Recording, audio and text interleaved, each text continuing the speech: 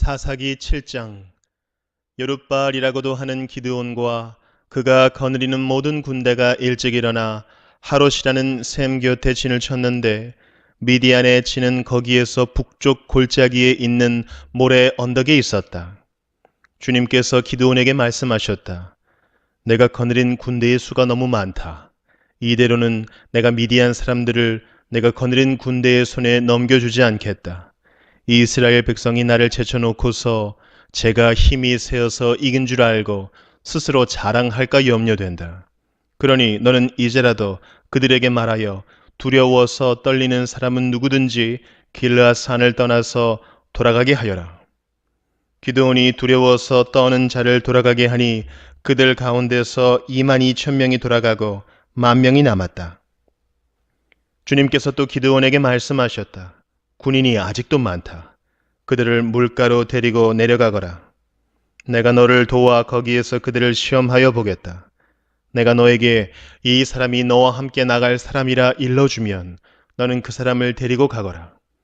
내가 또 너에게 이 사람은 너와 함께 나가지 못할 사람이라 일러주면 너는 그 사람은 데리고 가지 말아라. 기드온이 군대를 물가로 데리고 내려가니 주님께서 기드온에게 이렇게 일러주셨다.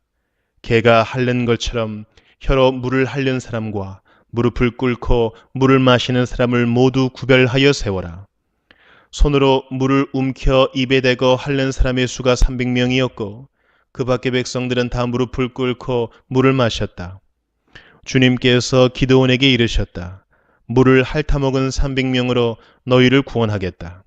미디안 사람들을 너희의 손에 넘겨주겠다. 나머지 군인은 모두 온 곳으로 돌려보내라.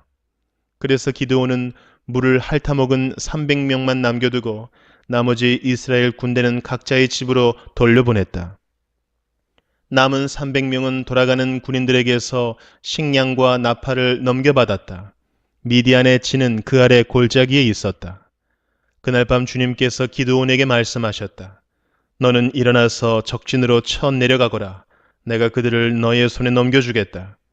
내가 쳐 내려가기가 두려우면 너의 부하 부라와 함께 먼저 적진으로 내려가 보아라. 그리고 적들이 무슨 말을 하는지 들어보면 내가 적진으로 쳐 내려갈 용기를 얻을 것이다. 그는 자기의 부하 부라와 함께 적진의 끝으로 내려갔다. 미디안 사람과 아말렉 사람과 사막 부족들이 메뚜기 떼처럼 그 골짜기에 수없이 널려 있었으며 그들의 낙타도 바닷가의 모래알처럼 헤아릴 수 없이 많았다. 기드온이 그곳에 이르렀을 때에 마침 한 병사가 자기가 꾼 꿈 이야기를 친구에게 하고 있었다. 내가 꿈을 꾸었는데 보리빵 한 덩어리가 미디안 진으로 굴러들어와 장막에 이르러서 그 장막을 쳐서 뒤엎으니 그만 막이 쓰러지고 말았다네. 하고 말하니까 꿈 이야기를 들은 그 친구가 말하였다. 그것은 다름이 아니라 이스라엘 사람 요아스의 아들인 기드온의 칼이 틀림없네. 하나님이 미디안과 그 모든 진을 그의 손에 넘기신다는 것일세.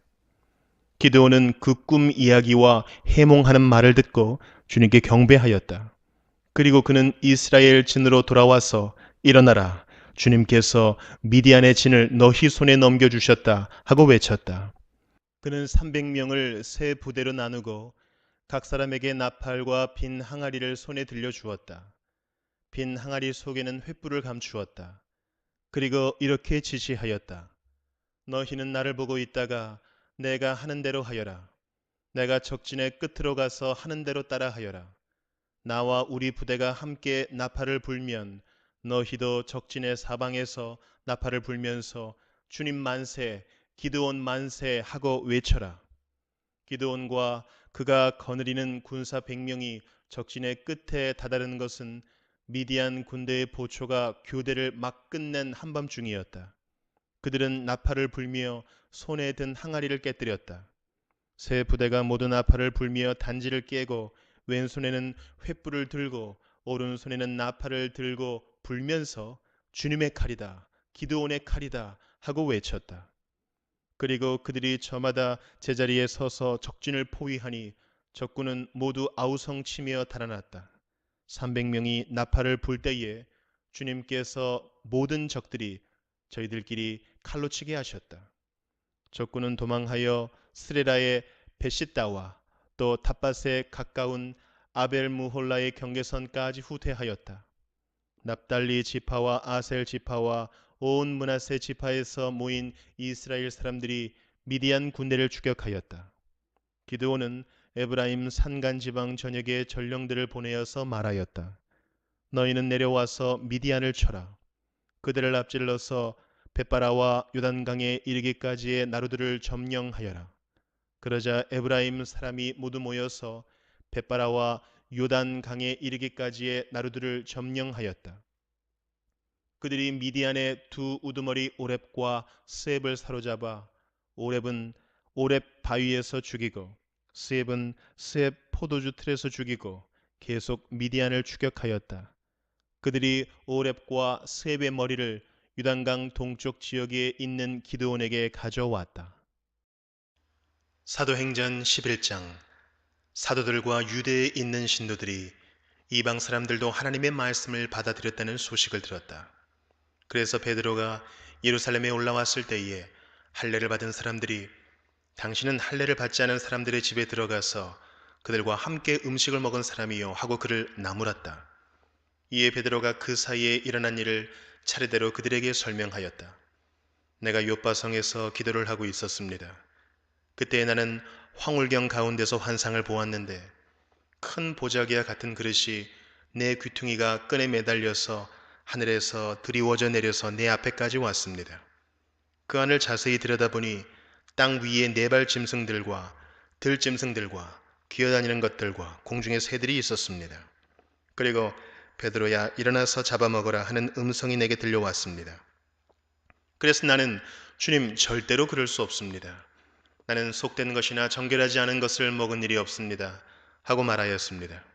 그랬더니 하나님께서 깨끗하게 하신 것을 속되다고 하지 말아라 하는 음성이 두 번째로 하늘에서 들려왔습니다. 이런 일이 3번 일어났습니다. 그리고서 모든 것은 다시 하늘로 들려 올라갔습니다. 바로 그때에 사람들 셋이 우리가 묵고 있는 집에 도착하였는데 그들은 가이사랴에서 내게 보낸 사람들이었습니다. 성령이 내게 의심하지 말고 그들과 함께 가라고 하셨습니다. 그래서 이 6 형제도 나와 함께 가서 우리는 그 사람의 집으로 들어갔습니다. 그 사람은 자기가 천사를 본 이야기를 우리에게 해 주었습니다. 곧 천사가 그의 집에 와서 서더니 그에게 말하기를 요바로 사람을 보내어 베드로라고도 하는 시몬을 불러오너라.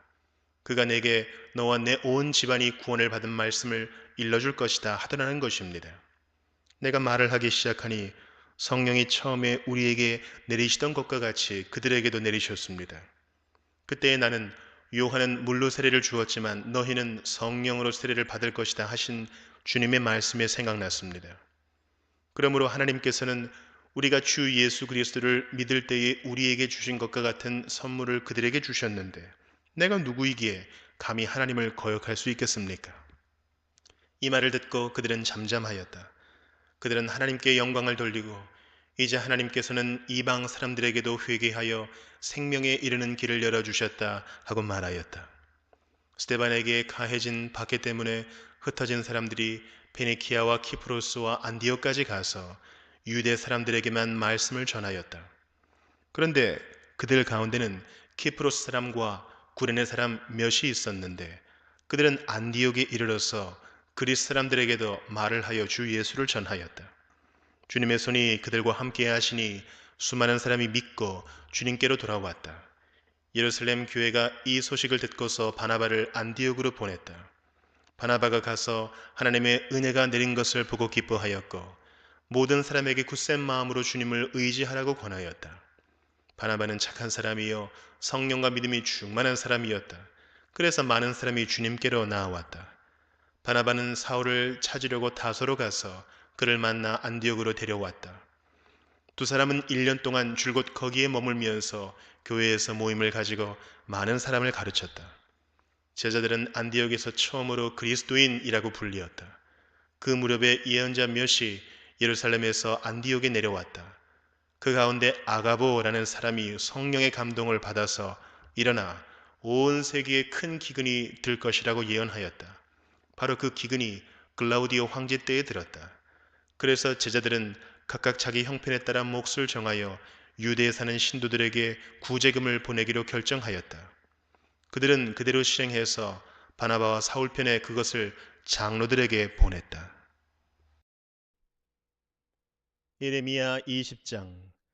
임멜의 아들로서 제사장이면서 주님의 성전에서 총감독으로 일하는 바수훌이 이렇게 예언하는 예레미야의 모든 말을 듣고서 예언자 예레미야를 때리고 그에게 착고를 채워서 주님의 성전 위쪽 베냐민 대문 근처에다가 가두었다.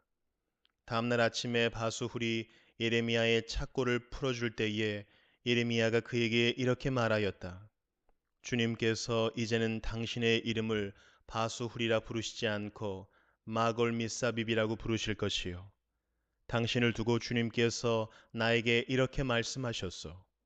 내가 너를 너와 내 모든 친구에게 두려움이 되게 할 것이니 너는 내 친구들이 원수의 칼에 찔려 쓰러지는 것을 내 눈으로 직접 볼 것이다. 또 내가 유다 백성을 모두 바빌로니아 왕의 손에 넘겨주면 그 왕은 백성을 더러는 바빌로니아로 사로잡아 가고 더러는 칼로 죽일 것이다. 또 내가 이 도성의 모든 재물과 그 모든 재산과 그 모든 귀중품과 유다 왕들의 모든 보물을 원수의 손에 넘겨주어서 그들이 모두 약탈하고 탈취하여 바빌로니아로 가져가게 하겠다. 그리고 바수후라, 너와 네 집에 사는 모든 사람은 포로가 되어서 바빌로니아로 끌려갈 것이니 너는 내 거짓 예언을 들은 내 모든 친구와 함께 거기에서 죽어 그곳에 묻힐 것이다. 주님께서 나를 속이셨으므로 내가 주님께 속았습니다. 주님께서는 나보다 더 강하셔서 나를 이기셨으므로 내가 조롱거리가 되니 사람들이 날마다 나를 조롱합니다. 내가 입을 열어 말을 할 때마다 폭력을 고발하고 파멸을 외치니 주님의 말씀 때문에 나는 날마다 치욕과 모욕거리가 됩니다. 이제는 주님을 말하지 않겠다. 다시는 주님의 이름으로 외치지 않겠다 하고 결심하여 보지만 그때마다 주님의 말씀이 나의 심장 속에서 불처럼 타올라 뼛속에까지 타들어가니 나는 견디다 못해 그만 항복하고 맙니다. 수많은 사람이 수군거리는 소리를 나는 들었습니다. 예레미야가 겁에 질려 있다. 너희는 그를 고발하여라. 우리도 그를 고발하겠다 합니다. 나와 친하던 사람들도 모두 내가 넘어지기만을 기다립니다. 혹시 그가 실수를 하기라도 하면 우리가 그를 덮치고 그에게 보복을 하자 합니다. 그러나 주님은 내 옆에 계시는 힘센 용사이십니다. 그러므로 나를 박해하는 사람들이 힘도 쓰지 못하고 쓰러질 것입니다. 이처럼 그들이 실패해서 그들은 영원히 잊지 못할 큰 수치를 당할 것입니다. 만군의 주님은 의로운 사람을 시험하시고 생각과 마음을 감찰하시는 분이십니다. 내 억울한 사정을 주님께 아뢰었으니 주님께서 그들에게 내 원수를 갚아주십시오. 내가 그것을 보기를 원합니다. 주님께 노래하여라. 주님을 찬양하여라. 주님께서는 억압받는 사람들을 악인들의 권세에서 건져주신다. 내가 태어난 날이 저주를 받았어야 했는데 어머니가 나를 낳은 날이 복된 날이 되지 말았어야 했는데 나의 아버지에게 아들입니다, 아들 하고 소식을 전하여 아버지를 기쁘게 한 그 사람도 저주를 받았어야 했는데 바로 그 사람은 주님께서 사정없이 뒤엎어 놓으신 성읍들처럼 되어서 아침에는 울부짖는 고통 소리를 듣고 대낮에는 전쟁의 함성을 들었어야 했는데 내가 모태에서 죽어 어머니가 나의 무덤이 되었어야 했는데 내가 영원히 모태 속에 있었어야 했는데 어찌하여 이 몸이 모태에서 나와서 이처럼 고난과 고통을 겪고 나의 생애를 마치는 날까지 이러한 수모를 받는가? 마가복음 6장. 예수께서 거기를 떠나서 고향에 가시니 제자들도 따라갔다. 안식일이 되어서 예수께서 회당에서 가르치기 시작하셨다. 많은 사람이 듣고 놀라서 말하였다. 이 사람이 어디에서 이런 모든 것을 얻었을까? 이 사람에게 있는 지혜는 어떤 것일까? 그가 어떻게 그 손으로 이런 기적들을 일으킬까? 이 사람은 마리아의 아들 목수가 아닌가? 그는 야고보와 요셉과 유다와 시몬의 형이 아닌가? 또 그의 누이들은 모두 우리와 같이 여기에 살고 있지 않은가? 그러면서 그들은 예수를 달갑지 않게 여겼다. 그래서 예수께서 그들에게 말씀하셨다. 예언자는 자기 고향과 자기 친척과 자기 집 밖에서는 존경을 받지 않는 법이 없다. 예수께서는 다만 몇몇 병자에게 손을 얹어서 고쳐주신 것밖에는 거기서는 아무 기적도 행하실 수 없었다. 그리고 그들이 믿지 않는 것에 놀라셨다. 그리고 예수께서는 마을들을 두루 돌아다니시며 가르치셨다.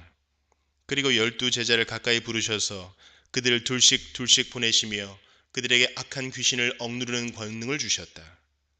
그리고 그들에게 명하시기를 길을 떠날 때에는 지팡이 하나밖에는 아무것도 가지고 가지 말고 빵이나 자루도 지니지 말고 전대에 동전도 넣어 가지 말고 다만 신발은 신되 옷은 2벌 가지지 말라고 하셨다. 또 그들에게 말씀하셨다. 어디서 어느 집에 들어가든지 그곳을 떠날 때까지 거기에 머물러 있어라. 어느 곳에서든지 너희를 영접하지 않거나 너희의 말을 듣지 않거든 그곳을 떠날 때에 너희의 발에 묻은 먼지를 떨어서 그들을 고발할 증거물로 삼아라. 그들은 나가서 회개하라고 선포하였다. 그들은 많은 귀신을 쫓아내며 수많은 병자에게 기름을 발라서 병을 고쳐 주었다. 예수의 이름이 널리 알려지니 헤롯 왕이 그 소문을 들었다. 사람들은 말하기를 세례자 요한이 죽은 사람들 가운데서 살아났다.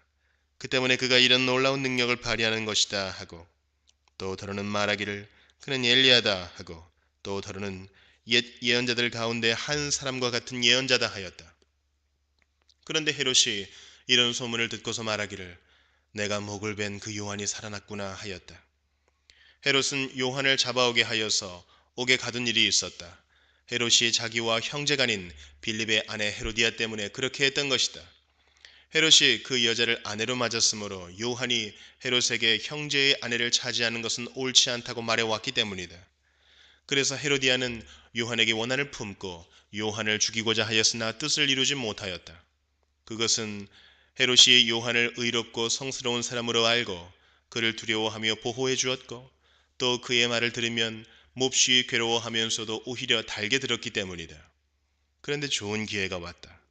헤롯이 자기 생일에 고관들과 천부장들과 갈릴리의 요인들을 청하여 놓고 잔치를 베풀었는데 헤로디아의 딸이 춤을 추어서 헤롯과 그 자리에 앉아 있는 사람들을 즐겁게 해 주었다. 왕이 소녀에게 말하였다. 내 소원을 말해 보아라. 내가 들어주마. 그리고 그 소녀에게 굳게 맹세하였다. 내가 원하는 것이면 이 나라의 절반이라도 주겠다. 소녀가 바깥으로 나가서 자기 어머니에게 말하였다. 무엇을 달라고 청할까요? 그 어머니가 말하였다. 세례자 요한의 머리를 달라고 하여라. 소녀는 급히 왕에게로 돌아와서 청하였다. 곧바로 서둘러서 세례자 요한의 머리를 쟁반에 담아서 내게 주십시오. 왕은 마음이 몹시 괴로웠지만 맹세한 것과 거기에 함께 앉아 있는 사람들 때문에 소녀가 달라는 것을 거절할 수 없었다. 그래서 왕은 곧 호위병을 보내서 요한의 목을 베어 오게 하였다. 호위병은 나가서 감옥에서 요한의 목을 베어서 쟁반에 담아 소녀에게 주고 소녀는 그것을 자기 어머니에게 주었다. 요한의 제자들이 이 소식을 듣고 와서 그 시체를 거두어다가 무덤에 안장하였다. 사도들이 예수께로 몰려와서 자기들이 한 일과 가르친 일을 다 그에게 보고하였다. 그때 예수께서 그들에게 말씀하셨다. 너희는 따로 외딴 곳으로 와서 좀 쉬어라. 거기에는 오고 가는 사람이 하도 많아서 음식을 먹을 겨를조차 없었기 때문이다. 그래서 그들은 배를 타고 따로 외딴 곳으로 떠나갔다. 그런데 많은 사람이 이것을 보고 그들인 줄 알고 여러 마을에서 발걸음을 재촉하여 그곳으로 함께 달려가서 그들보다 먼저 그곳에 이르렀다. 예수께서 배에서 내려서 큰 무리를 보시고 그들이 마치 목자 없는 양과 같으므로 그들을 불쌍히 여기셨다. 그래서 그들에게 여러 가지로 가르치기 시작하셨다. 날이 이미 저물었으므로 제자들이 예수께 다가와서 말하였다. 여기는 빈들이고 날도 이미 저물었습니다. 이 사람들을 해쳐 제각기 먹을 것을 사 먹게 근방에 있는 농가나 마을로 보내시는 것이 좋겠습니다. 예수께서 그들에게 말씀하셨다. 너희가 그들에게 먹을 것을 주어라. 제자들이 그에게 말하였다. 그러면 우리가 가서 빵 200데나리온어치를 사다가 그들에게 먹이라는 말씀입니까? 예수께서 그들에게 말씀하셨다. 너희에게 빵이 얼마나 있느냐? 가서 알아보아라. 그들이 알아보고 말하였다. 빵 5개와 물고기 2마리가 있습니다. 예수께서는 제자들에게 명하여 모두들 떼를 지어 푸른 풀밭에 앉게 하셨다. 그들은 100명씩 또는 50명씩 떼를 지어 앉았다. 예수께서 빵 5개와 물고기 2마리를 들어서 하늘을 쳐다보고 축복하신 다음에 빵을 떼어서 제자들에게 주시고 사람들에게 나누어 주게 하셨다. 그리고 그 물고기 2마리도 모든 사람에게 나누어 주셨다.